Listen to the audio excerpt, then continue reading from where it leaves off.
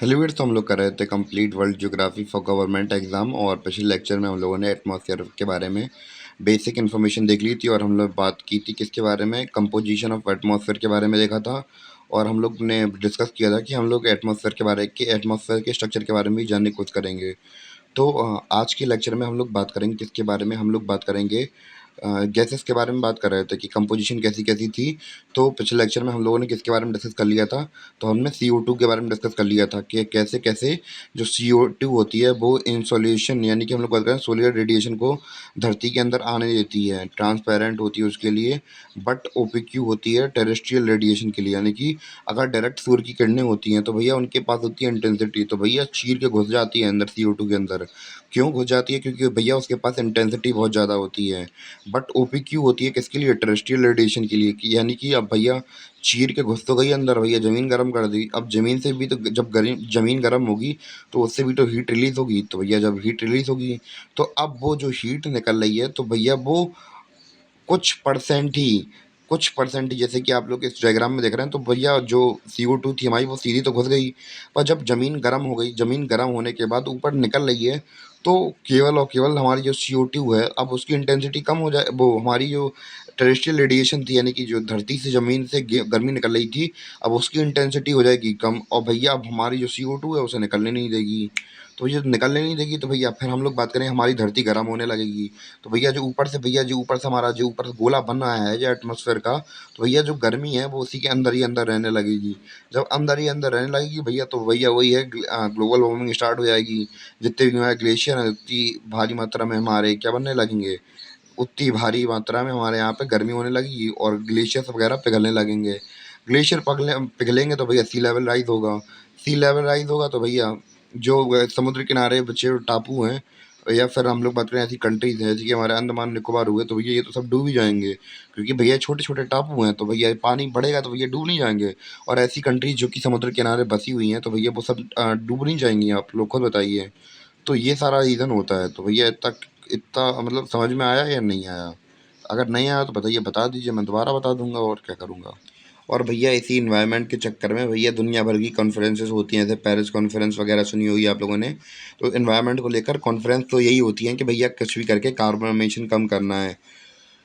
Carbon dioxide ज़्यादा अगर मात्रा में प्रेजेंट हो गया हमारे एटमॉस्फेयर में तो भैया उतनी मोटी लेयर बना लेगा और उतनी जो टेरेस्ट्रियल रेडिएशन है वो जाने कम देगा और फिर गर्मी गर्मी होती जाएगी, दिक्कत कर देगा। तो भैया जो डेवलपिंग है, तो भैया रोना क्या होता है कि जो डेवलप्ड कंट्री होती हैं अब वो तो भैया डेवलप हो गई, वो तो कह रही हैं भैया हमें अब डेवलपमेंट नहीं करनी है, हो गया इतना होना था। भैया अब दूसरों से मना करती हैं जो डेवलपिंग है, यानी कि जो गरीब देश हैं भैया उनसे कहते हैं कि भैया आप लोग बंद करिए, आप लोग क्या कर रहे हैं, ये डेवलप कर रहे हैं। अब जो गरीब देश वाले हैं वो कह रहे हैं अरे भैया जब आज़ादी हुई नहीं थी, जब आप कॉलोनाइजेशन कर रहे थे तो आपने तो इतना भयंकर रगड़ के इस्तेमाल किया कि भैया हमें झील दिया पूरा तरीके से। तब तो भैया आपको एनवायरनमेंट दिख नहीं रहा था, इतनी भयंकर पॉल्यूशन फैला रहे थे आप भैया कि कुछ पूछो नहीं। आज आप डेवलप हो गए तो ज्ञान दे रहे हैं आप, हैं ज़्यादा ज्ञान नहीं दो हमें, ऐसा वो लोग कहते हैं। तो भैया इनकी डिबेट चलती रहती है। तो भैया अब इनकी डिबेट तो चलती रहेगी क्योंकि भैया इन्हें भी डेवलप होना है। पर पॉल्यूशन का के बारे में कौन सोच रहा है? कोई नहीं सोच रहा है। पॉल्यूशन से किसी को मतलब नहीं है। या फिर हम लोग बात करें एनवायरनमेंट से रिलेटेड, किसी को दिक्कत नहीं है। जब भैया वही है कि जिंदा रहने के लिए ऑक्सीजन नहीं बचेगी तो गला काट के जिएंगे भैया। जो अमीर होंगे बच जाएंगे, जो गरीब होंगे निपट जाएंगे, सीधी सीधी बात है। तो ये सोचना चाहिए एनवायरनमेंट को लेकर, इसलिए पेड़ वगैरह लगाते रहना चाहिए। एक उपाय है भैया हमारे पास, और क्या उपाय है? तो भैया और कुछ पॉइंट देख लेते हैं हम CO2 के बारे में। तो भैया यहाँ पे लिखा हुआ भी है, तो भैया जैसे कि जो CO2 होती है वो रिस्पॉन्सिबल है किसके लिए? ग्रीन हाउस इफेक्ट के लिए। तो कैसे है हम लोग वो बात करते हैं। तो भैया ठंडे इलाकों में क्या होता है कि एक ऐसे कांच का एक चेम्बर बनाया जाता है, ग्रीन हाउस बनाया जाता है, उसके अंदर पेड़ उगा देते हैं। तो भैया पेड़ उगाने के बाद हम लोग बात करें कि क्या होता है कि जो सूरज की रोशनी होती है तो भैया क्या करते हैं कि अब भैया उन्हें पर्याप्त मात्रा में फोटोसिंथेसिस के लिए सनलाइट की ज़रूरत पड़ रही है। तो भैया अब यहाँ पे सनलाइट आती कम है ठंडे इलाकों के अंदर। तो भैया अब वो लोग क्या करते हैं कि भैया एक कांच का घर बना लेते हैं जो कि क्या करती है, जो कि क्या करती है CO2 की तरह, यानी कार्बन डाइऑक्साइड की तरह जो सूरज से रोशनी आती है उसे तो मतलब आने देती है, पर जो हम लोग बात करें वहाँ से निकलने नहीं देती है। तो वैसे यहाँ पे क्या हमें क्या देखने लगता है, ग्रीन यहाँ पे हरी-हरा ज़्यादा दिखने लगता है। यानी कि हम लोग इसे क्या कहने लगते हैं फिर, ग्रीन हाउस कहते हैं। तो भैया इसीलिए इसी जिस तरह की हमारा ये जो काँच का कमरा था ये काम कर रहा था, उसी तरह CO2 भी हमारी काम करती है। यानी कि इसीलिए हम लोग कह देते हैं जो CO2 है वो रिस्पॉन्सिबल है फॉर ग्रीन हाउस इफ़ेक्ट की वजह से। तो मैं फिर से बता देता हूँ कि भैया हम लोगों ने कांच का घर बनाया है ठंडे इलाकों के अंदर, तो उसके अंदर पेड़ वगैरह उगाया। तो भैया इसने सन ने क्या किया, सन ने हीट दी पर निकलने नहीं दिया इस कांच के घर ने उसे। अंदर तो चली गई, बाहर नहीं निकलने दिया। और इससे क्या यहाँ पे पेड़ उगने लगे। तो भैया इसे इसी घर को क्या कह दिया, ग्रीन हाउस कह दिया। तो भैया ग्रीन हाउस को हम लोग अब ऐसे समझ सकते हैं कि भैया ये CO2 की तरह वर्क कर रहा है। तो भैया इसीलिए हम लोग कह देते हैं green house CO2 is responsible for green house effect. यानी कि ग्रीन हाउस इफेक्ट क्या, एक तरीके से हम लोग कह सकते हैं CO2 की तरह ही तो काम कर रहा है कि जैसे कि ये नहीं ट्रांसफर करने देती है, वैसे ही CO2 भी होता है। तो इतना पॉइंट क्लियर हुआ। मैं आपको फिर एक्सप्लेन कर देता हूँ। हमारा CO2 जो हमारा स्टेटमेंट लिखा है, CO2 is responsible for green house effect. तो मैं फिर से बता देता हूँ कि भैया ठंडे इलाकों के अंदर क्या किया जाता है, जहाँ पे जो सूरज की रोशनी है वो कम आ पाती है। तो भैया यहाँ पे क्या करते हैं लोग, छोटे छोटे से कांच के घर बना लेते हैं। छोटे छोटे से कांच के घर बना लेते हैं जो कि वर्क करते हैं कैसे, CO2 की तरह, यानी कार्बन डाइऑक्साइड की तरह वर्क करते हैं। कैसे करते हैं, तो भैया ये क्या करता है, जो कांच के घर होते हैं, कांच का ये कमरा बनाते हैं, तो ये हीट को ट्रैप कर लेता है और निकल नहीं देता है, जस्ट लाइक CO2। तो इसी तरह हमारा CO2 वर्क करता है, तो यहाँ पे निकल नहीं देता। तो यहाँ पे जो या हमें बहुत सारे जब बहुत मात्रा में पेड़ उगने लगते हैं तो भैया इसे ग्रीन हाउस कह देते हैं। यानी कि हम लोग अब कह सकते हैं CO2 क्या है, रिस्पॉन्सिबल है for green house effect. Clear हुआ या नहीं हुआ, अब समझ में आ गया होगा आप, आई थिंक सो। और हम लोग अब बात करेंगे अपने तीसरे पॉइंट के बारे में। तो volume of other gases is constant. यानी कि जो हमारी जो दूसरी गैसेस हैं वो तो जैसी थी बहुत सदियों पहले, हम लोग बात करें हमारे पिताजी के टाइम पे या फिर दादाजी के टाइम पे, वो वैसी की वैसी हैं। पर हम लोग बात करें जो वॉल्यूम है किसका, कार्बन डाइऑक्साइड का, ये क्या कर रहा है, दिन पर दिन बढ़ रहा है। क्यों, क्योंकि भैया कुछ डिकेड से हम लोग क्या कर रहे हैं, बहुत ज़्यादा फॉसिल फ्यूल जला रहे हैं, जैसे कि कोल, पेट्रोलियम, नेचुरल गैस। तो भैया पेट्रोल वगैरह आप लोग गाड़ी चलाते हैं, तो इससे क्या हो रहा है, इससे क्या हो रहा है कि भैया जो हमारा कार्बन डाइऑक्साइड का एमिशन है वो ज़्यादा हो रहा है हमारे एटमॉस्फेयर के अंदर। तो जैसे ही हम लोग देख रहे हैं इनका एटमॉस्फेयर के अंदर इनका इंक्रीज हो रहा है, तो भैया वही हमें प्रॉब्लम देखने को मिलती है, हमारी ग्लोबल वार्मिंग देखने को मिलती है। इतना क्लियर हुआ या नहीं हुआ। तो भैया यहाँ पे लिखा हुआ भी है कि जो दूसरी गैसेज है, हिंदी में भी लिखा है कि भैया जो दूसरी गैसेज है जैसे कि नाइट्रोजन हुई, तो भैया ये 78% थी होती है, और ऑक्सीजन भी थोड़ा ही बहुत अंतर आया। आर्गन वगैरह ये सब क्या है, कांस्टेंट है, यानी कि इनमें ज़्यादा बढ़ना घटना नहीं देखने को मिल रहा है। पर हम लोग बात करें CO2 का, हम लोग बात करें समय के साथ साथ बढ़ रही है।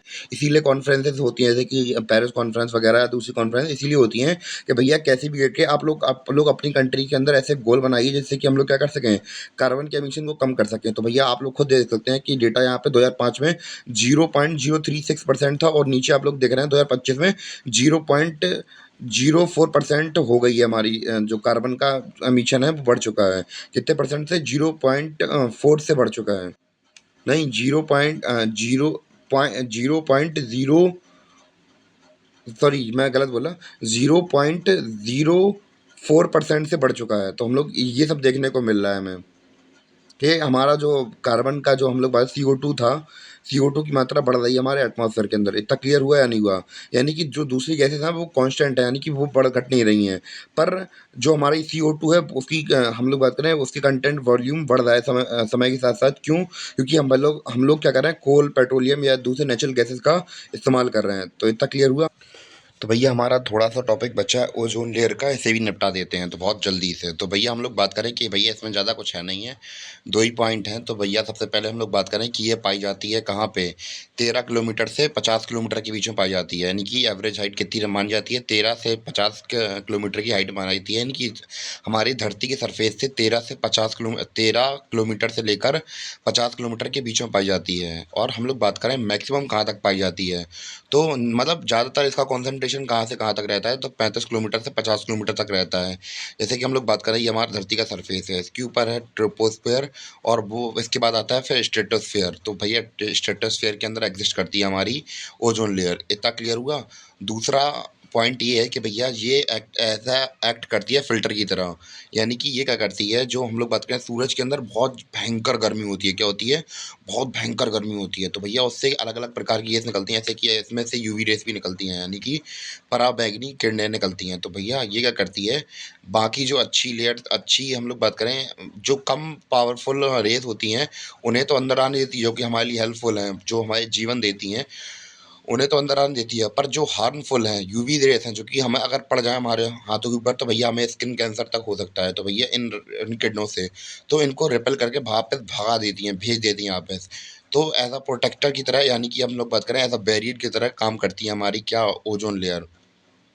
तो इतना क्लियर हुआ या नहीं? अगर क्लियर हुआ तो भैया लाइक का बटन दबा देना और मिलते हैं अपने अगले वीडियो में। तब तक के लिए धन्यवाद, बाय। मिलते हैं अपने अगले वीडियो में।